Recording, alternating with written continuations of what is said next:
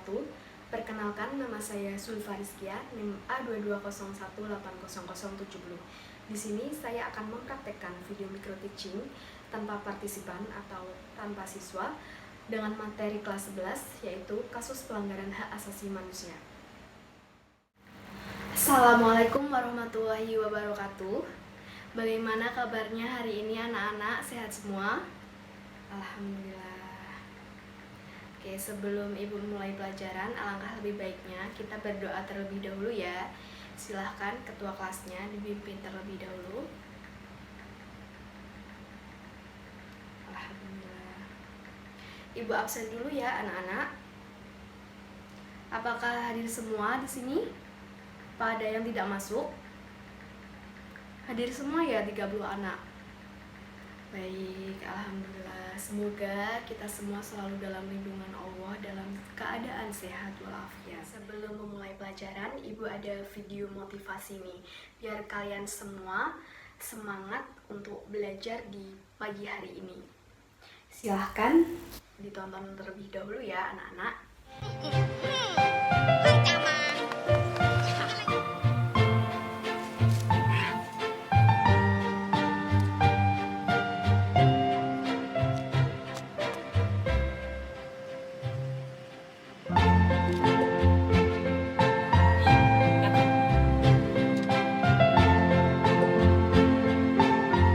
เขาจะไม่ได้อะไรเลย ไม่ได้รวยขึ้น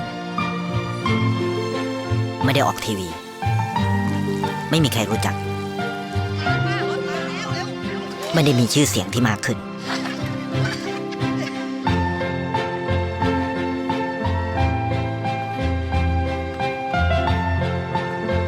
Nah, kalau sudah ditonton, semoga kalian dapat meresapi, dapat mencerna isi video tersebut dan bisa mengimplementasikannya. Nah, sekarang Ibu mau tanya, ada yang masih ingat tidak minggu lalu kita belajar tentang apa? Iya, betul sekali. Minggu lalu kita belajar tentang substansi hak dan kewajiban asasi manusia dalam Pancasila.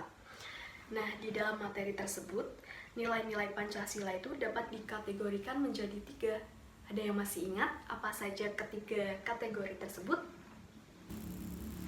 Ya, apa Puja? Ya, benar sekali. Ketiga itu adalah nilai dasar, nilai instrumental, dan nilai praksis. Apakah ada yang ingin ditanyakan lagi terkait materi sebelumnya? Sebelum Ibu melanjutkan materi hari ini? Tidak ada ya? Oke, berarti kalian semua sudah memahami materi sebelumnya. Nah, di sini Ibu menayangkan PPT yang nantinya kita akan membahas pada pertemuan kali ini tuh tentang kasus pelanggaran hak asasi manusia dengan tujuan pembelajaran. Yang pertama, penyebab pelanggaran hak asasi manusia, dan yang kedua, kasus pelanggaran hak asasi manusia di Indonesia. Yang pertama, penyebab pelanggaran hak asasi manusia. Nah, penyebab pelanggaran HAM ini disebabkan oleh 2 faktor, yaitu faktor internal dan faktor eksternal. Faktor internal yaitu dorongan untuk melakukan pelanggaran HAM yang berasal dari diri pelaku HAM itu sendiri. Misalnya yang pertama itu ada sikap egois, yang kedua rendahnya kesadaran HAM, dan ketiga sikap tidak toleran. Sedangkan faktor eksternal, faktor-faktor dari diri luar manusia yang mendorong untuk melakukan pelanggaran HAM, seperti penyalahgunaan kekuasaan, ketidaktegasan aparat dalam penegak hukum, dan ketiga, penyalahgunaan teknologi. Nah, pada materi tersebut, sekarang Ibu mau tanya, apakah pada gambar ini termasuk dalam pelanggaran HAM atau tidak? Ada yang bisa menjawab? Iya, Edo, benar sekali. Pada gambar tersebut termasuk dalam pelanggaran hak asasi manusia faktor eksternal. Nah, karena pada gambar ini menggambarkan pencemaran lingkungan yang disebabkan oleh limbah pabrik. Nah, ini termasuk dalam penyalahgunaan teknologi ya anak-anak. Bisa dipahami? Karena kalian sudah paham, Ibu akan memberikan tugas individu. Buka buku teksnya halaman 19. Nanti Ibu akan tunjuk, silahkan kerjakan terlebih dahulu. Ibu beri waktu 10 menit ya. Ini tugasnya. Karena waktu sudah habis, sebelum Ibu tunjuk, ada yang ingin mencoba terlebih dahulu? Iya, Vina, hebat sekali. Silahkan. Jawabannya betul ya anak-anak. Pada faktor internal, penyebab pelanggaran HAM di sini memiliki sifat individual karena mereka tidak ingin bersosialisasi dengan masyarakatnya sendiri. Nah, sedangkan pada faktor eksternal, ada yang bisa menjawab tidak? Atau Ibu tunjuk nih? Iya, Rizky, silakan. Betul sekali jawabannya. Tadi salah satu jawaban faktor eksternalnya adalah belum meratanya pemahaman tentang HAM. Karena jika belum memahami sepenuhnya tentang HAM, nanti ada orang atau pihak itu dengan mudah melanggar HAM atau dengan seenaknya sendiri mereka berbuat tanpa mengetahui konsekuensinya. Seperti itu ya anak-anak, bisa dipahami? Baik, apakah ada yang ingin ditanyakan terkait materi tersebut? Iya, Sinta, silahkan. Nah, pertanyaan dari Sinta adalah apakah perilaku bullying termasuk dalam pelanggaran hak asasi manusia? Baik, Ibu jawab ya. Iya, termasuk dalam pelanggaran hak asasi manusia karena bullying biasanya dilakukan dengan suatu tindakan kekerasan. Nah, perilaku bullying ditujukan pada orang yang lebih lemah dari si perilaku tersebut karena biasanya memperlakukannya itu dengan cara dihina, dilecehkan, dipukul, bahkan dibunuh. Hal tersebut sangat melanggar hak asasi manusia. Apakah sudah jelas jawaban dari Ibu? Baik. Nah, materi yang kedua adalah kasus pelanggaran hak asasi manusia di Indonesia. Kasus pelanggaran HAM yang terjadi di Indonesia, meskipun pemerintah sudah mengeluarkan peraturan perundang-undangan tentang HAM, namun pelanggaran tersebut masih tetap ada, baik itu dari pemerintah atau masyarakatnya sendiri. Nah, silahkan kalian baca di tayangan PPT ini contoh kasus pelanggaran HAM yang pernah terjadi di Indonesia. Sudah membacanya anak-anak? Baik, kalau sudah, silahkan buka buku teks kalian, buka halaman 21. Ibu akan memberikan tugas kelompok, masing-masing kelompoknya 5 orang. Silahkan buat kelompoknya terlebih dahulu. Ibu kasih waktu 15 menit untuk mengerjakannya. Ini tugasnya ya anak-anak. Karena waktu sudah habis, silahkan kelompok 1 maju ke depan untuk mempresentasikan hasil kerjanya. Nah, di sini hasil dari kerja kelompok 1 ya anak-anak. Ada 4 kasus yang dimasukkan dalam tabel, yaitu yang pertama ada kasus Munir, dan yang kedua ada kasus Marsinah, ketiga ada peristiwa Tanjung Priuk, dan yang keempat ada Trisakti, kejadian Trisakti. Pada keempat kasus tersebut, apakah ada yang masih bingung atau yang ingin ditanyakan? Atau ada yang berbeda dari kelompok 1?